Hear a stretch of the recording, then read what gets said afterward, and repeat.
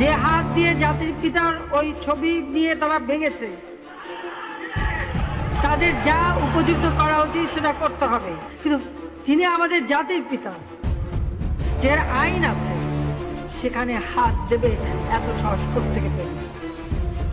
জাতির পিতার ছবি নিয়ে অপমান করেছে, এত সাহস কোথা থেকে পাই আমি জিজ্ঞাসা করি।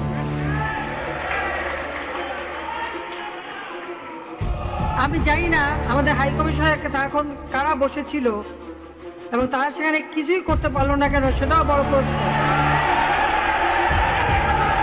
আর আমি আমার প্রবাসী যারা বাঙালি, না আমার প্রবাসী বাঙালিদেরও আমি বলবো যে যারা এই ঘটনাগুলি ঘটিয়েছে তারা চলাফেরা করে না, তাদের দেখেন না।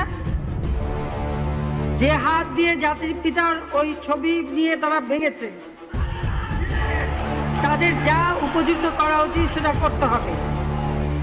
কারণ জাতির পিতার নাম মুছে ফেলার চেষ্টা করা হয়েছিল, তো তারিখ যেহেতু দূরের কথা, ওর বাপ তো চেষ্টা করেছিল এই নাম মুছতে, ওর বাপও চেষ্টা করেছে, মাও চেষ্টা করেছে। তারা কি পেয়েছে নাম মুছতে?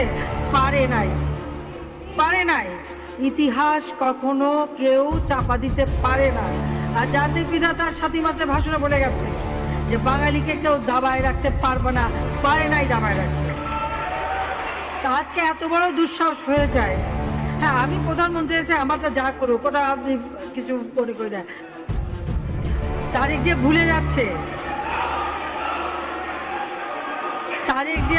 যাচ্ছে যে তার মা দুর্নীতি করে জেলে গেছে।